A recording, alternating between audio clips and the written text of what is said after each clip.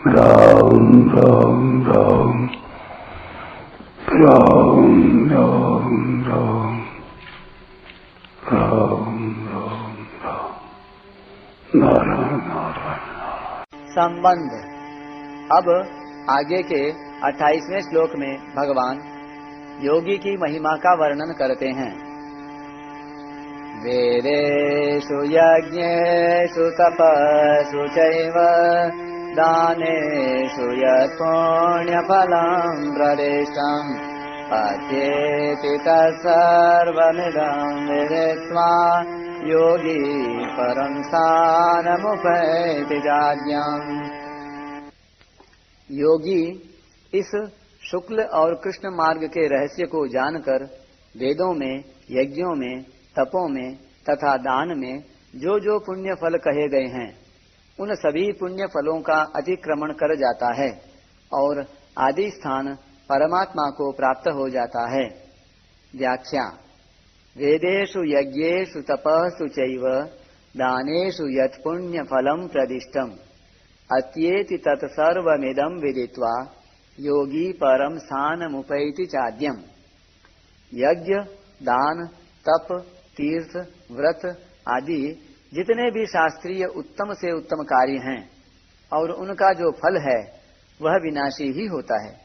कारण कि जब उत्तम से उत्तम कार्य का भी आरंभ और समाप्ति होती है तो फिर उस कार्य से उत्पन्न होने वाला फल अविनाशी कैसे हो सकता है। वह फल चाहे इस लोक का हो चाहे स्वर्ग आदि भोग भूमियों का हो, उसकी नश्वरता में किंचन मात्र भी फर्क नहीं है। जीव स्वयं परमात्मा का अविनाशी अंश होकर भी विनाशी पदार्थों में फंसा रहे तो इसमें उसकी अज्ञता ही मुख्य है। अतः जो मनुष्य 23वें श्लोक से लेकर 26वें श्लोक तक वर्णित शुक्ल और कृष्ण मार्ग के रहस्य को समझ लेता है वह यज्ञ, तप, दान आदि सभी पुण्य फलों का अतिक्रमण कर जाता है। कारण कि वह यह समझ लेता है कि भोग भूमियों की भी आखिरी हद जो ब्रह्मलोक है वहां जाने पर भी लौट कर पीछे आना पड़ता है, परंतु भगवान को प्राप्त होने पर लौट कर नहीं आना पड़ता। और साथ साथ यह भी समझ लेता है कि मैं तो साक्षात परमात्मा का अंश हूँ तथा ये प्राकृत पदार्थ नित्य निरंतर अभाव में नाश में जा रहे हैं। तो फिर वह नाशवान पदार्थों में, भोगों में न फंसकर भगवान के ही आश्रित हो जाता है। इसलिए वह आदि स्थान परमात्मा को प्राप्त हो जाता है, जिसको इसी अध्याय के 21वें श्लोक में परम गति और परम धाम नाम से कहा गया है। अहम आदिर ही देवानाम महर्षीणाम च सर्वशः तमेव चाद्यम पुरुषम प्रपद्ये। नाशवान पदार्थों के संग्रह और भोगों में आसक्त हुआ मनुष्य उस आदि स्थान परमात्म तत्व को नहीं जान सकता। न जानने की यह असामर्थ्य न तो भगवान की दी हुई है, न प्रकृति से पैदा हुई है और न किसी कर्म का फल ही है। अर्थात यह असामर्थ्य किसी की देन नहीं है, किंतु स्वयं जीव ने ही परमात्म तत्व से विमुख होकर इसको पैदा किया है। इसलिए यह स्वयं ही इसको मिटा सकता है।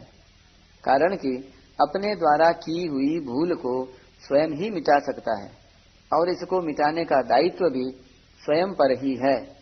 इस भूल को मिटाने में यह जीव असमर्थ नहीं है, निर्बल नहीं है, अपात्र नहीं है।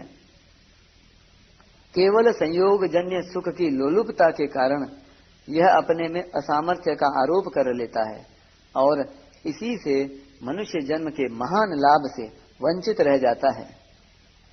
अतः मनुष्य को संयोग जन्य सुख की लोलुपता का त्याग करके मनुष्य जन्म को सार्थक बनाने के लिए नित्य निरंतर उद्यत रहना चाहिए। 6ठे अध्याय के अंत में भगवान ने पहले योगी की महिमा कही और पीछे अर्जुन को योगी हो जाने की आज्ञा दी। और यहाँ भगवान ने पहले अर्जुन को योगी होने की आज्ञा दी और पीछे योगी की महिमा कही।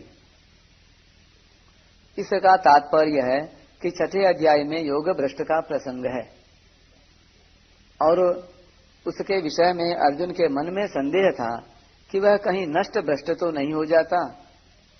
इस शंका को दूर करने के लिए भगवान ने कहा कि कोई किसी तरह से योग में लग जाए तो उसका पतन नहीं होता। इतना ही नहीं, इस योग का जिज्ञासु मात्र भी शब्द ब्रह्म का अतिक्रमण कर जाता है। इसलिए योगी की महिमा पहले कही और पीछे अर्जुन के लिए योगी होने की आज्ञा दी। परंतु यहाँ अर्जुन का प्रश्न रहा कि नियतात्मा पुरुषों के द्वारा आप कैसे जानने में आते हैं। इस प्रश्न का उत्तर देते हुए भगवान ने कहा कि जो सांसारिक पदार्थों से सर्वथा विमुख होकर केवल मेरे परायण होता है, उस योगी के लिए मैं सुलभ हूँ। इसलिए पहले तू योगी हो जा, ऐसी आज्ञा दी और पीछे योगी की महिमा कही। ओम तत्सदिति श्रीमद्भगवद्गीतासूपनिषत्सु ब्रह्म विद्यायां योगशास्त्रे श्रीकृष्णार्जुन संवादे अक्षर ब्रह्म योगो नामाष्टमोऽध्यायः। इस प्रकार ओम तत् सत इन भगवान नामों के उच्चारण पूर्वक ब्रह्म विद्या और योग शास्त्रमय श्रीमद् भगवद गीतोपनिषद रूप श्री कृष्णार्जुन संवाद में अक्षर ब्रह्म योग नामक 8वां अध्याय पूर्ण हुआ। अक्षर और ब्रह्म शब्द परमात्मा के निर्गुण निराकार, सगुण निराकार और सगुण साकार इन तीनों स्वरूपों के वाचक हैं। इन तीनों में से किसी भी स्वरूप का चिंतन करने से परमात्मा के साथ योग हो जाता है, अर्थात संबंध हो जाता है। अतः इस अध्याय का नाम अक्षर ब्रह्म योग रखा गया है।